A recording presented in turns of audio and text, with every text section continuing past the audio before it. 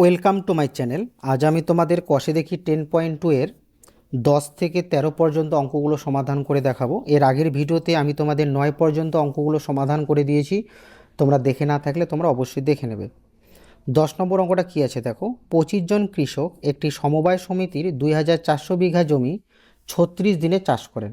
মানে 25 জন কৃষক 2400 বিঘা জমি 36 দিনে চাষ করেন।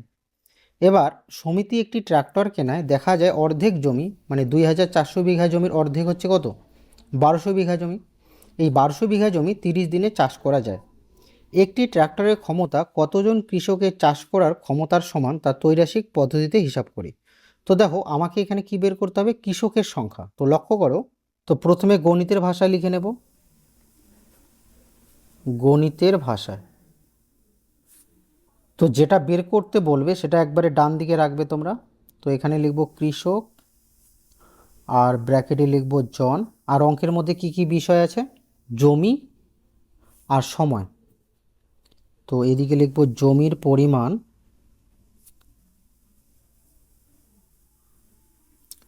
আর ব্র্যাকেটে রাখবো বিঘা।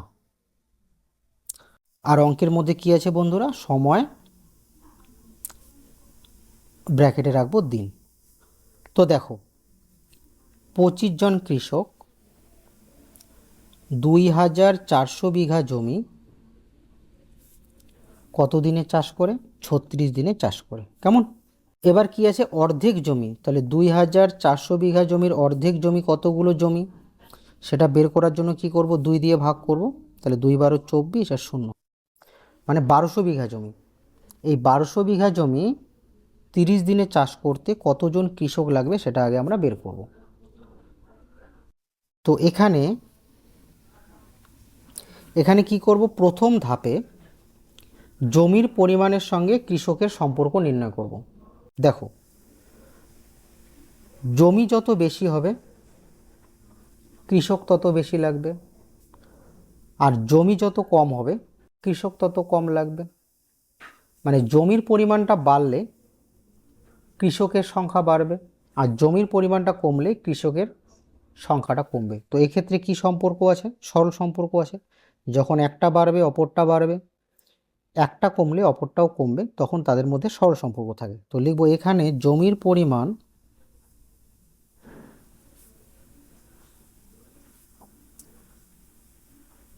ও কৃষক পরস্পর সরল সম্পর্কে আছে।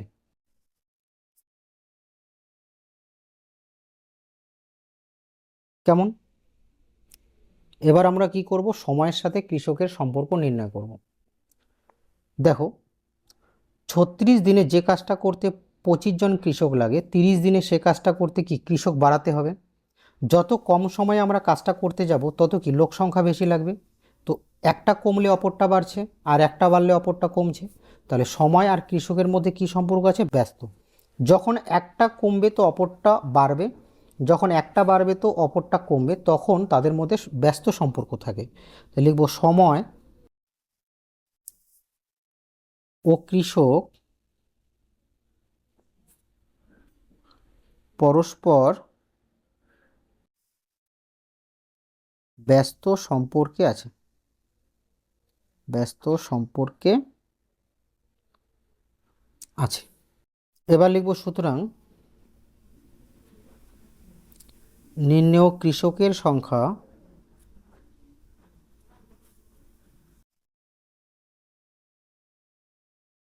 কি করব, দেখো প্রথমে এই সংখ্যাটা লিখব 25 গুণ। এবার দেখো বন্ধুরা, এই জমির পরিমাণ আর কৃষকের মধ্যে কি সম্পর্ক আছে, সরল। যখন সরল সম্পর্ক থাকবে তখন কি করব, নিচের সংখ্যাটা উপরে লিখব আর উপরের সংখ্যাটা নিচে লিখব, গুণ। এবার সময়ের সাথে কৃষকের কি সম্পর্ক আছে, ব্যস্ত। যখন ব্যস্ত সম্পর্ক থাকবে তখন উপরে যে সংখ্যাটা আছে সেটাই লিখব, আর নিচে যে সংখ্যাটা আছে সেটাই লিখব। বুঝলে? এবার কাটাকাটি করব। দেখো, এই শূন্য এই শূন্য কাটি, এই শূন্য এই শূন্য কাটি, 12 দিয়ে 24, 2 12 24, 2 দিয়ে 36 হবে তোমার 18, 2 18 36, 6 ঘর নামতা দিয়ে তিন ছয় 18, 5 6 30, 5-এর ঘর নামতা দিয়ে 25কে কাটবো, 5 5 25, 3 5 15, 15 জন। তাহলে আমরা কি দেখলাম, যে 1200 বিঘা জমি 30 দিনে চাষ করতে 15 জন কৃষক লাগে। আর এই 1200 বিঘা জমি 30 দিনে চাষ করতে একটা ট্রাক্টর লাগে। এখানে বলা আছে না যে একটা ট্রাক্টরের ক্ষমতা কতজন কৃষকের চাষ করার ক্ষমতার সমান। এই দেখো, একটি ট্রাক্টর কেনায় দেখা যায় অর্ধেক জমি মানে কি 1200 বিঘা জমি 30 দিনে চাষ করা যায়। তার মানে 1200 বিঘা জমি 30 দিনে ওই একটা ট্রাক্টর চাষ করে। আর আর 1200 বিঘা জমি 30 দিনে কতজন কৃষক চাষ করে? 15 জন কৃষক। তার মানে আমরা বলতে পারি যে সুতরাং একটি ট্রাক্টরের ক্ষমতা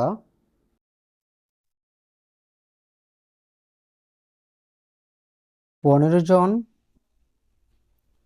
কৃষকের চাষ করার ক্ষমতার সমান।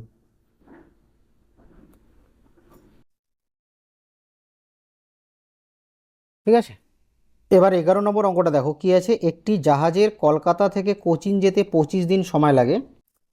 জাহাজটা কি করলো, 36 জন নাবিক সহ এবং প্রত্যেক নাবিকের জন্য প্রতিদিন 850 গ্রাম খাবারের ব্যবস্থা করে যাত্রা শুরু করলো। তো এই অঙ্কটা দেখে তোমরা ভয় পাবে না, ঠিক আছে। এই অঙ্কের ভাষাটা অনেক বড়, কিন্তু অঙ্কটা তোমাদের খুব সহজে বুঝে নিতে হবে। প্রথমে তোমাদের বুঝতে হবে যে এই অঙ্কের মধ্যে কি কি বিষয় আছে। তো দেখো এই অঙ্কের মধ্যে কি কি বিষয় আছে, নাবিক, প্রতিদিন খাবারের পরিমাণ আর দিন সংখ্যা, এই বিষয়গুলো আছে। এবার এখানে দেখো তোমাদের কি বের করতে বলেছে, এখানে বের করতে বলেছে যে প্রত্যেক নাবিক প্রতিদিন কতটা পরিমাণ খাবার খেলে ওই মজুদ খাবারে তারা কোচিন নিরাপদে পৌঁছতে পারবে। তার মানে দৈনিক খাবারের পরিমাণটা বের করতে হবে। তো দেখো অঙ্কটা আমরা স্টেপ বাই স্টেপ করব, তাহলে তোমরা খুব সহজে বুঝতে পারবে।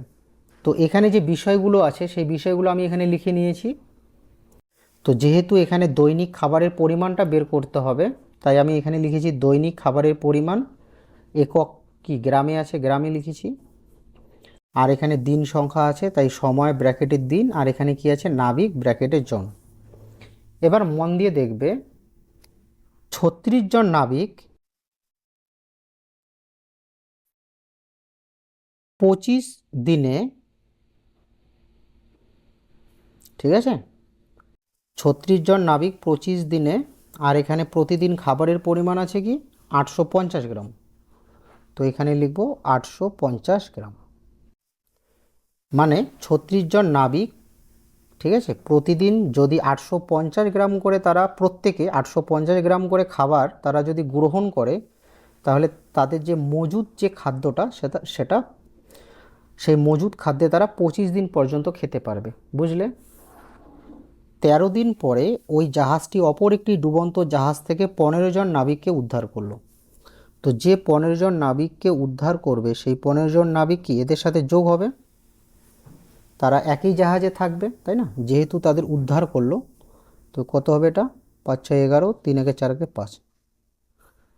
তো প্রথমে নাবিক ছিল 36 জন, পরে ডুবন্ত জাহাজ থেকে 15 জনকে উদ্ধার করায় নাবিক সংখ্যা হলো কত, 51 জন।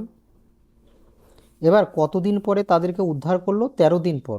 তো এখানে আমরা কি করব, 13 দিন বিয়োগ করে দেব, ঠিক আছে। তাহলে এখানে কত থাকবে, 12 দিন। কেন 13 দিন বিয়োগ করলাম?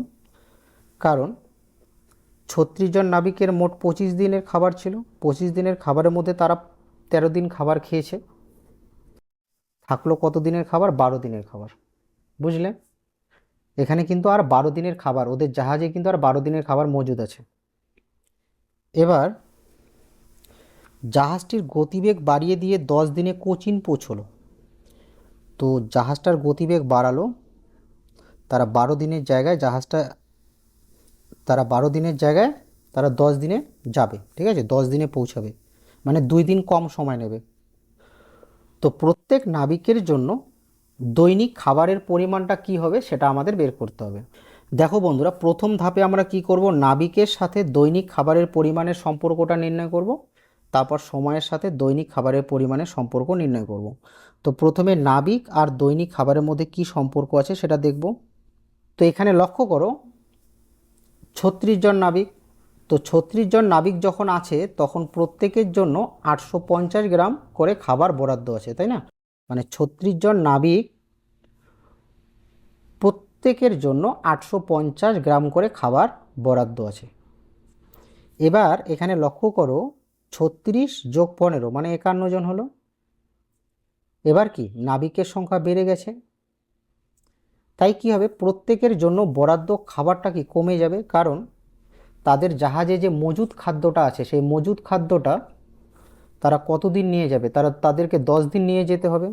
তো যেহেতু তারা 10 দিন নিয়ে যাবে, তাই তাদের কি ওই খাবারটা, যেহেতু এখানে নাবিক সংখ্যা বেড়ে গেল, তাই খাবারটা কি সবাইকে একটু কম করে খেতে হবে, তাই কি না?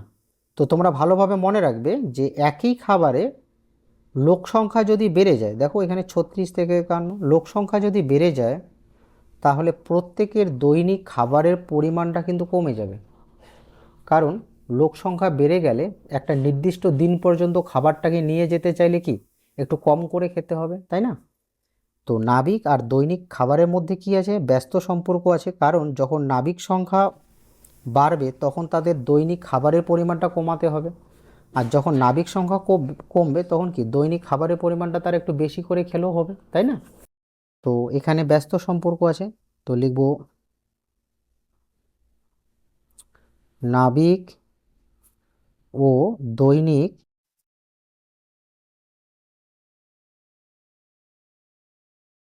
খাবারের পরিমাণ পরস্পর ব্যস্ত সম্পর্কে আছে।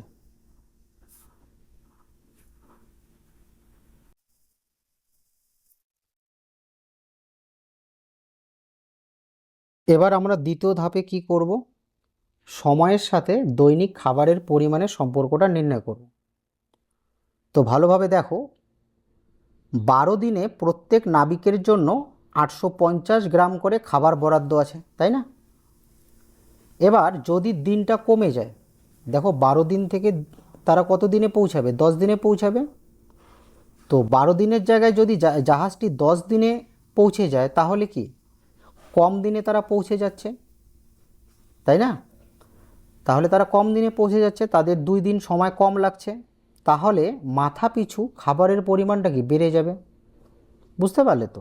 ধরো প্রথমে তোমাকে 10 দিনে 100টি আপেল খেতে বলা হয়েছে, ধরে নাও যে প্রথমে তোমাকে 10 দিনে 100টি আপেল খেতে বলা হয়েছে, কিন্তু পরে তোমাকে বলা হলো যে তুমি 5 দিনে 100টি আপেল খেয়ে নাও, তাহলে কি তোমাকে বেশি পরিমাণে আপেল খেতে হবে। তো সেরকম 12 দিনের খাবারটা তারা যদি 10 দিনে খায় তাহলে কি তাদের প্রত্যেকের কি মাথাপিছু খাবারের পরিমাণটা বেড়ে যাবে। তো এখানে সময় আর দৈনিক খাবারের মধ্যে কি সম্পর্ক পাচ্ছি আমরা, যখন একটা বাড়ছে একটা কমছে তো অপরটা বাড়ছে, একটা বাড়লে অপরটা কমছে, তো এখানে ব্যস্ত সম্পর্ক পাচ্ছি। তাই লিখবো যে সময় ও দৈনিক খাবারের পরিমাণ পরস্পর কি ব্যস্ত সম্পর্কে আছে, ব্যস্ত সম্পর্কে আছে। কেমন? তো লিখব সুতরাং নির্ণেয় দৈনিক খাবারের পরিমাণ, দৈনিক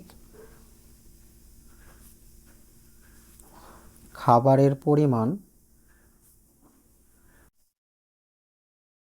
তো দেখো প্রথমে কি করব বন্ধুরা, প্রথমে আমরা এই সংখ্যাটা লিখব 850, তারপর গুণ চিহ্ন দেব। এবার লক্ষ্য করো নাবিক আর দৈনিক খাবারের পরিমাণের মধ্যে কি ব্যস্ত সম্পর্ক আছে। এই নাবিক আর দৈনিক খাবারের পরিমাণ যখন ব্যস্ত সম্পর্ক থাকবে তখন উপরে যে সংখ্যাটা আছে সেটা উপরেই লিখব, আর নিচের সংখ্যাটা নিচে লিখব। বুঝলে নিচে কত আছে, 51 আছে। এবার একটা গুণ চিহ্ন দেব। এবার লক্ষ্য করো সময় আর দৈনিক খাবারের মধ্যে কি আছে? ব্যস্ত সম্পর্ক আছে। যখন ব্যস্ত সম্পর্ক থাকবে তখন কি বললাম, উপরে যে সংখ্যাটা থাকবে সেটা উপরেই লিখবো আর নিচের সংখ্যাটা নিচেই লিখবো। তো উপরে আছে 12 আর নিচে কত? 10। এবার আমরা কাটাকাটি করব। এই শূন্য আর এই শূন্য কাটবো, ঠিক আছে। এবার 3 আর 4 12, 3 17 51, 3 7 21, হাতে 2, হ্যাঁ 3 17 51 আর 5 17 85। তো উপরে কি কি থাকলো বন্ধুরা? উপরে থাকলো 5 4 আর 36। গুণ করে দেবো, 4 5 20, 36 আর 20 যদি আমরা গুণ করি তাহলে 2 36 72 আর 0 720, 720 গ্রাম, ঠিক আছে। তাহলে আমরা কি বুঝতে পারলাম? আমরা বুঝতে পারলাম যে 51 জন নাবিক 51 জন নাবিক প্রত্যেকে দৈনিক 720 গ্রাম করে খাবার গ্রহণ করবে, বুঝলে? তো লিখব, সুতরাং প্রত্যেক নাবিক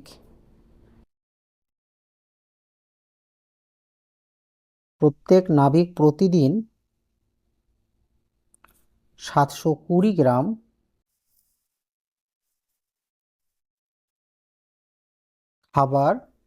খাবার খাবে, ঠিক আছে। প্রত্যেক নাবিক প্রতিদিন 720 গ্রাম খাবার খাবে। এবার 12 নম্বর অঙ্কটা দেখো কি আছে। একটি গ্রামে 36 জন লোক প্রতিদিন 6 ঘন্টা করে 8 দিনে 120 মিটার রাস্তা তৈরি করতে পারে। তো এখানে প্রথমে লক্ষ্য করো, এখানে 4টা বিষয় আছে: লোক সংখ্যা, প্রতিদিন কাজ, সময় আর রাস্তার দৈর্ঘ্য। আরও 6 জন লোক কাজটির সাথে যুক্ত হলো, তার মানে 36 যোগ 6 কত হবে? 42 জন লোক হলো। এবং দৈনিক কাজের পরিমাণ 2 ঘন্টা করে বাড়ানো হলো, তাহলে 6 ঘন্টা যোগ 2 ঘন্টা 8 ঘন্টা করে হলো। এখন 9 দিনে, 8 দিনের জায়গায় 9 দিনে কত দৈর্ঘ্যের রাস্তা তৈরি করা যাবে তা ত্রৈরাশিক পদ্ধতিতে হিসাব করি। তো এখানে যে 4টা বিষয় আছে সেই 4টা বিষয় লক্ষ্য করো: লোক সংখ্যা, দৈনিক কাজ, সময় আর রাস্তার দৈর্ঘ্য। কেন রাস্তার দৈর্ঘ্য আমি ডান পাশে লিখেছি? কারণ এখানে রাস্তার দৈর্ঘ্যটা জানতে চেয়েছে। এই যে 9 দিনে কত দৈর্ঘ্যের রাস্তা তৈরি করা যাবে, তো যেটা জানতে চাইবে সেটা আমরা ডান দিকে লিখব, তারপর বাকিগুলো আমরা লিখব। তো এখানে 4টা বিষয় আছে: লোক সংখ্যা, দৈনিক কাজ আর সময়। তো দেখো 36 জন লোক, তো এখানে লিখব 36 জন লোক প্রতিদিন 6 ঘন্টা করে কাজ করে। দৈনিক কাজ হচ্ছে 6 ঘন্টা, দৈনিক 6 ঘন্টা করে কাজ করে 8 দিনে 120 মিটার রাস্তা তৈরি করে। এবার কি বলা আছে? আরও 6 জন লোক কাজটির সাথে যুক্ত হলো, তাহলে 36 যোগ 6 কতজন লোক হলো? 42 জন হলো। এবার দৈনিক কাজের পরিমাণ আরও 2 ঘন্টা করে বাড়ানো হলো, তাহলে 6 ঘন্টা করে করতো, এখন 2 ঘন্টা বাড়ানোর পর দৈনিক কাজ হবে 8 ঘন্টা। এবার 9 দিনে তারা কতটা রাস্তা তৈরি করতে পারবে, বুঝলে? এখানে প্রথমে আমরা কি করব? লোক সংখ্যার সাথে রাস্তার দৈর্ঘ্যের সম্পর্ক নির্ণয় করব, তারপর দৈনিক কাজের সাথে রাস্তার দৈর্ঘ্যের সম্পর্ক, তারপর সময়ের সাথে রাস্তার দৈর্ঘ্যের সম্পর্ক নির্ণয় করব। তো দেখো বন্ধুরা, এখানে লোক সংখ্যা কম, লোক সংখ্যা কম হলে কাজও কম হবে, আর লোক সংখ্যা যখন বাড়বে তখন কাজও বাড়বে। যত বেশি লোক কাজ করবে কি তত বেশি কাজ করা যাবে, তাই না? 36 জন লোক যদি 120 মিটার রাস্তা তৈরি করতে পারে, তাহলে 42 জন কি আরও বেশি তৈরি করবে, কারণ লোক সংখ্যা বেশি। তাহলে যখন একটা কমছে অপরটা কমছে, একটা বাড়ছে অপরটাও বাড়ছে, তখন তাদের মধ্যে কি সম্পর্ক থাকে? সরল সম্পর্ক। তাহলে লিখব যে লোক সংখ্যা ও রাস্তার দৈর্ঘ্য পরস্পর কি আছে? সরল সম্পর্কে আছে।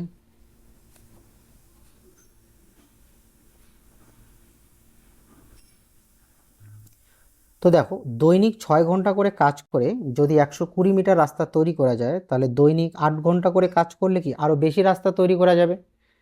যত বেশি সময় ধরে কাজ করব তত কাজটা বেশি হবে, তাই তো? এখানে সময় কম, কাজও কম হবে, সময় বাড়ালে কি কাজও বাড়বে, তাই না?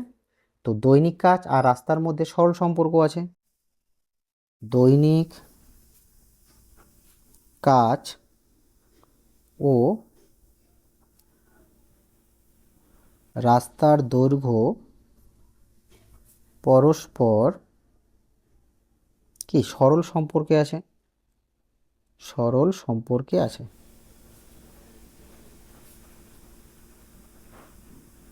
ঠিক আছে, এবার আমাদের বাকি থাকলো কি সময় আর রাস্তার দৈর্ঘ্যের সম্পর্ক। 8 দিনে যদি 120 মিটার রাস্তা তৈরি করা যায়, তাহলে 9 দিনে আরও বেশি তৈরি করা যাবে। আবার 10 দিনে আরও বেশি রাস্তা তৈরি করা যাবে, 15 দিনে আবার বেশি রাস্তা তৈরি করা যাবে। তার মানে যত বেশি সময় ধরে কাজ হবে তত বেশি দৈর্ঘ্যের রাস্তা তৈরি করা যাবে, তাই না? তো এখানে সময় কম, রাস্তার দৈর্ঘ্যটাও কম হবে। আর সময় বেশি হলে রাস্তার দৈর্ঘ্যটাও বেশি হবে। কেন? কারণ যত বেশি দিন ধরে কাজ করব তত বেশি দূরে কাজটা যাবে, তাই না? তো সময় আর রাস্তার দৈর্ঘ্যের মধ্যে কি সম্পর্ক আছে? সরল সম্পর্ক আছে। তো লিখব সময় ও রাস্তার দৈর্ঘ্যের মধ্যে কি আছে? সরল সম্পর্ক আছে।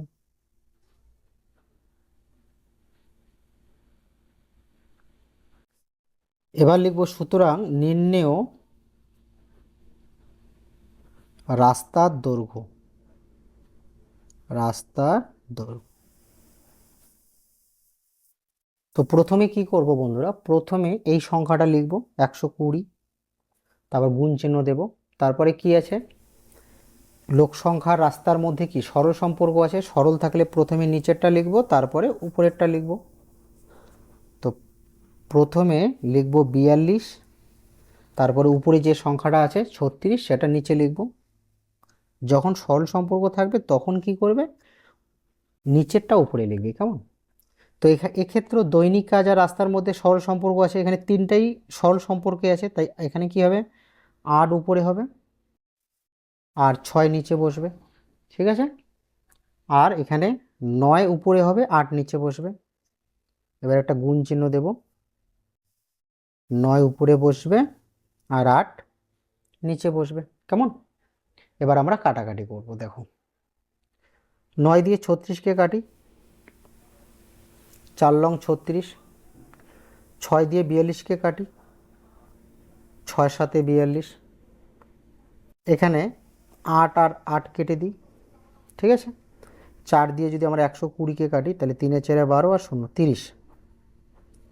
কত হচ্ছে? 3 7 21 আর 0 210।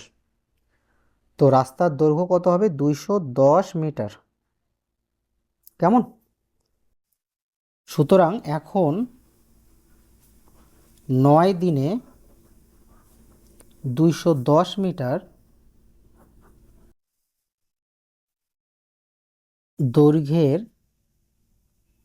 রাস্তা তৈরি করা যাবে, তৈরি করা যাবে। 13 নম্বর অঙ্কটা কি আছে দেখো, 250 জন লোক 50 মিটার দীর্ঘ, 35 মিটার প্রশস্ত এবং 5.2 মিটার গভীর একটি পুকুর প্রতিদিন 10 ঘন্টা করে 18 দিনে কাটতে পারে। তো এখানে লোক সংখ্যা কত? 250, আর এখানে পুকুরের আয়তন 50 metre into 35 metre into 5.2 metre. তো মনে রাখবে, একটা পুকুরের আয়তন আমরা কিভাবে বের করব, দৈর্ঘ্য, প্রস্থ আর গভীরতাকে গুণ করব, তাহলে পুকুরের আয়তন বের হবে। একটি পুকুর প্রতিদিন 10 ঘন্টা করে 18 দিনে কাটতে পারে। এই পুকুরটা প্রতিদিন 10 ঘন্টা করে 250 জন লোক 18 দিনে কাটতে পারে। এবার 65 মিটার দীর্ঘ আর 40 মিটার প্রশস্ত এবং 5.6 মিটার গভীর অপর একটা পুকুর 300 জন লোক প্রতিদিন 8 ঘন্টা করে কত দিনে কাটতে পারবে। তো এখানে কি বের করতে বলেছে? দিন। গণিতের ভাষায়। তো দেখো, যেটা বের করতে হবে সেটা আমরা একবারে ডান দিকে লিখব, সময়, ঠিক আছে, আর ব্র্যাকেটে রাখবো দিন। আর অঙ্কের মধ্যে কি আছে, লোক সংখ্যা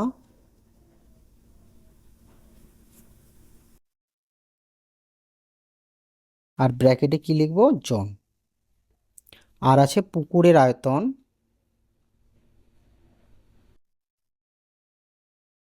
তো দেখো এখানে যেহেতু দৈর্ঘ্য প্রস্থ আর গভীরতা মিটারে আছে, তাই পুকুরের আয়তনটা কিন্তু ঘনমিটার হবে। মনে রাখবে যে আয়তনের একক ঘনমিটার, ঠিক আছে, আয়তনের একক কী হবে, ঘনমিটার। যখন দৈর্ঘ্য প্রস্থ আর গভীরতা মিটারে থাকবে তখন আয়তনের একক হবে ঘনমিটার, ঠিক আছে। আর কি আছে অঙ্কের মধ্যে, 10 ঘন্টা করে, তাহলে লিখব দৈনিক কাজ, দৈনিক কাজ, আর ব্র্যাকেটে কি রাখবো, ঘন্টা। কেমন, 250 জন লোক,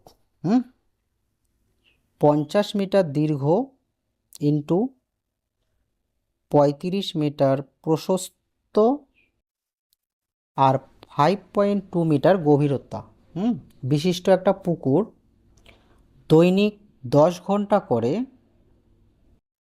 তাদের খনন করতে সময় লাগে 18 দিন। কেমন, এবার 300 জন লোক 65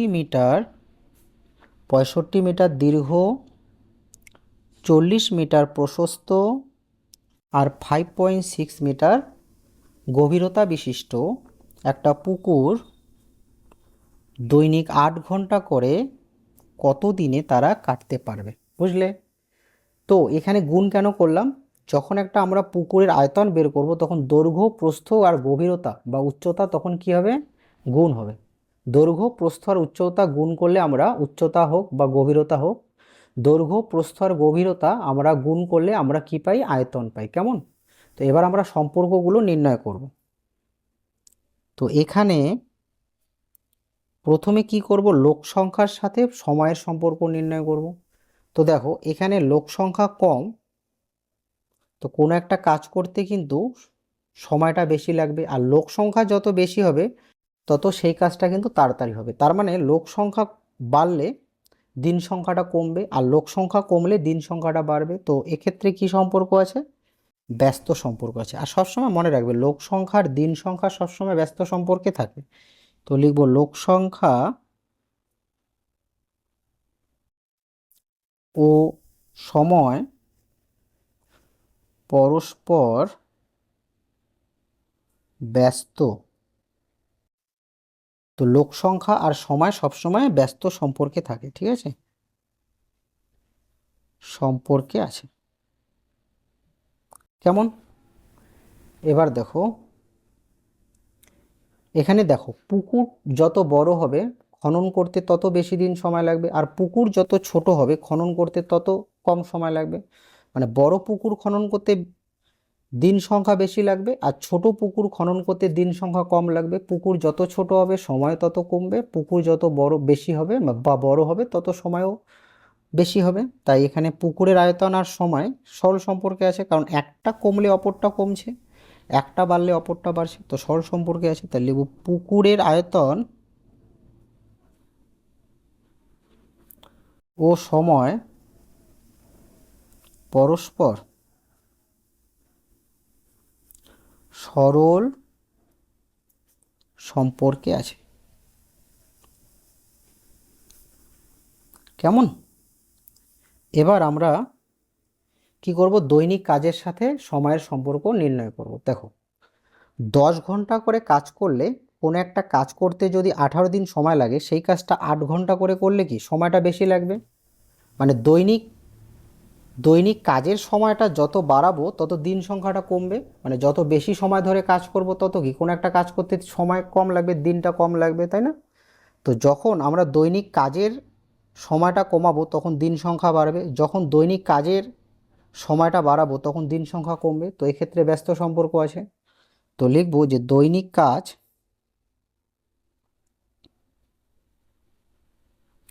ও সময় পরস্পর কি ব্যস্ত সম্পর্কে আছে। ব্যস্ত সম্পর্কে আছে।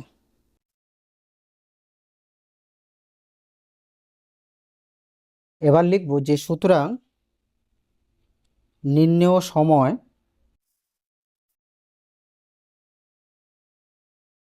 তো দেখো প্রথমে কি করব বন্ধুরা, প্রথমে এই সংখ্যাটা লিখব 18।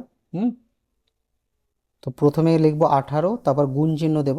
এবার দেখো লোক সংখ্যার সময়ের মধ্যে কি সম্পর্ক আছে, ব্যস্ত। ব্যস্ত থাকলে কি হয়, প্রথমে উপরের সংখ্যাটা লিখব, তারপর নিচের সংখ্যা, মানে যেভাবে আছে সেভাবেই লিখব। 250 আর নিচে 30, যেভাবে আছে সেভাবেই লিখব। আর যখন সরল সম্পর্ক হবে তখন নিচেরটা উপরে লিখব আর উপরেরটা নিচে লিখব। দেখো এখানে পুকুরের আয়তন আর সময়ের মধ্যে কি সম্পর্ক আছে, সরল। যখন সরল থাকবে তখন কি বলছি, নিচেরটা আগে লিখব, তারপর উপরেরটা পরে লিখব, মানে নিচের সংখ্যাটা উপরে লিখব। এই যে 65 গুণ 40 গুণ 5.6, ঠিক আছে। আর উপরেরটা নিচে লিখব 50 ইন্টু 35 ইন্টু 5.2। আর দেখো এখানে দৈনিক কাজ আর সময় কি সম্পর্ক আছে, ব্যস্ত সম্পর্কে আছে। তো ব্যস্ত সম্পর্কে থাকলে উপরে 10, মানে এখানে যেভাবে আছে সেভাবেই লিখব। একটা গুণ চিহ্ন দেব, উপরে 10 আর নিচে 8, ঠিক আছে। এবার এখানে লক্ষ্য করো বন্ধুরা, উপরেও দশমিকের পরে একটা সংখ্যা, নিচেও দশমিকের পরে একটা সংখ্যা। তো যখন দশমিকের পরে দুটো সংখ্যাতেই সমসংখ্যক অঙ্ক থাকবে তখন আমরা তুলে দিতে পারি। এখানে দশমিকের পরে একটা সংখ্যা, এখানে দশমিকের পরে একটা সংখ্যা তুলে দিতে পারি। কেন? কারণ দেখো 5.6 আর 5.2, দেখো উপরের দশমিকটা তুলতে হলে নিচে 10 হবে, আর নিচের দশমিকটা তুলতে হলে উপরে 10 হবে, কারণ দশমিকের পরে একটা সংখ্যা আছে, 10 10 কেটে যাবে। তাই আমরা এভাবে কিন্তু তুলে দিতে পারি। কেমন? এবার আমরা কাটাকাটি করব। দেখো এই শূন্য আর এই শূন্য কেটে দিই, তারপরে এই 40-এর শূন্য আর 50-এর শূন্য কেটে দিই। আর কি থাকলো, এবার আমরা একটা কাজ করি, 5-এর ঘর নামতা দিয়ে, 5 13 65, ঠিক আছে। 5-এর ঘর নামতা দিয়ে 5 13 65 আর 5 6 30। এবার 6 দিয়ে 18কে কেটে দিই, 3 6 18। এবার 4 দিয়ে, আচ্ছা এটাকে কাটি, 7-এর ঘর নামতা দিই, 7 8 56। 7 দিয়ে 56কে ভাগ করলে 8 হবে, আর 7 দিয়ে 35কে ভাগ করলে কত হবে, 5 হবে, ঠিক আছে। এবার এখানে 8 আর 8 কেটে দিই, ঠিক আছে। 5 দিয়ে 5 দিয়ে কাটি 10কে, 5 2 10। এবার এখানে 3 আছে, এখানে কত আছে, 52, এখানে 25, এখানে 52।